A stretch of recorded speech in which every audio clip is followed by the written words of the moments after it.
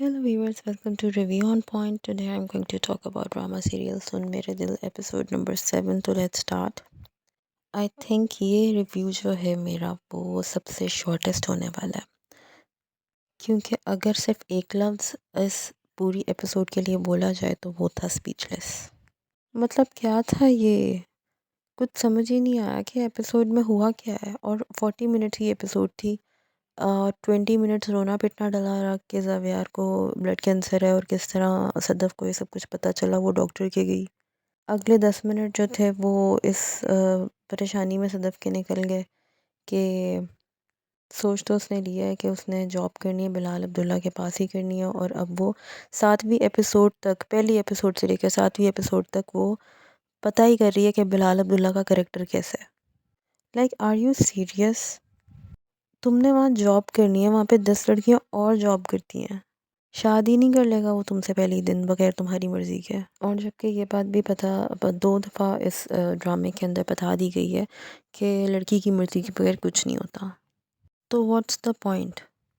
अगले कुछ मिनट गुजरते हैं कि जब वो अमार से बात करती है अपनी शादी की कि तुम्हारे पास इतने पैसे हैं तो मैं तुम्हारे से शादी कर लूँगी। एक इंतहाई फ़जूल डायलॉग जो कि मुझे पर्सनली बहुत बकवास लगा कि इतने सस्ते में नहीं बिकूँगी। मतलब वो प्रपोज़ कर रहा है तो मैं तुमसे शादी करना चाहता, तो मैं ख़रीदना नहीं चाहता जो तुम ये कह रही हो कि इतने सस्ते में नहीं बिकूँगी। और आखिर का कोई पूरा 1 मिनट होगा जहाँ पर ये बिलाल अब्दुल्ला के ऑफ़िस में पहुँचती है और इसका आमना सामना होता है उसके साथ। पूरा का पूरा 1 मिनट सिर्फ़ इस चक्कर में था जहाँ पर सिर्फ़ सदफ़ अपनी पलकें उठा रही और पीछे चल रहा है ये जो तेरा इश्क है।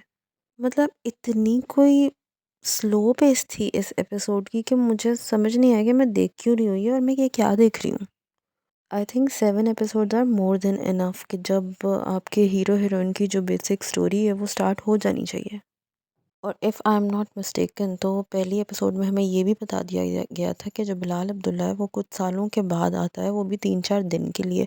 तो अब क्या बिलाल अब्दुल्ला जो है, क्योंकि स्टोरी इसके इर्द गिर्द घूमनी है, तो क्या इधर पाकिस्तान में ही रहेगा क्योंकि सदफ ने उसे ज्वाइन कर लिया? आई मीन कम ऑन यार, पूरी एपिसोड के अंदर सिर्फ 2 हैवी डायलॉग मारने से ना ड्रामा नहीं चलेगा।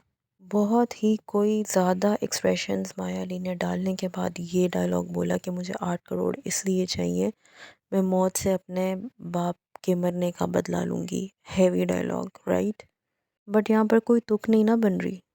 और अगर अब भी अमार इसका पीछा नहीं छोड़ता तो लानत है अमार के ऊपर, क्योंकि अमार को स्ट्रेट फॉरवर्डली उसने बोला है ये कि मुझे 8 करोड़ दे दोगे तो मैं तुमसे शादी कर लूँगी। अमार को नहीं पता कि बैक स्टोरी क्या है। हाँ ठीक है, उसे ये बात ज़रूर समझ में आ गई है कि इसको एक्चुअली में चाहिए ही होंगे किसी ऐसी रीज़न की वजह से जो इम्पोर्टेंट होगी, बट वो साफ जवाब दे रही है तुम्हें तुम्हारी औकात याद दिला के गई है।